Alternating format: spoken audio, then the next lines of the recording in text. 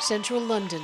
Streets emptied these long weeks because of COVID-19, today filled with grief, outrage, and solidarity with George Floyd. He could be your dad, he could be your son. If this can happen to him, it can happen to anybody.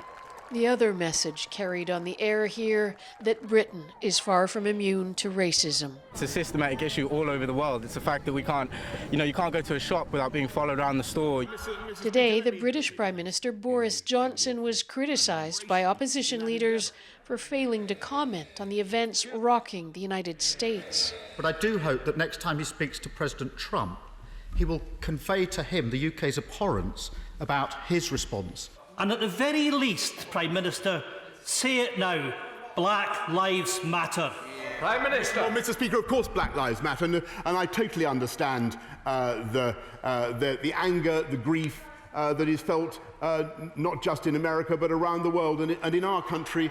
The protests here come a day after a government report confirmed that Black, Asian and minority ethnic groups are far more likely to die of COVID-19 in England than white people. But it failed to explain why or offer a solution.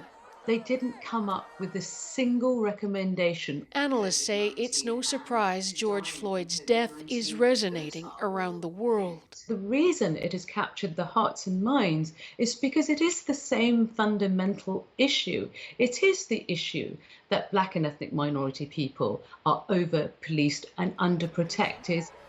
Many say the pandemic is exposing the entrenched inequalities that people came out to protest against today. And it's very ironic that a lot of people that are dying are usually essential workers, and the social workers are Black.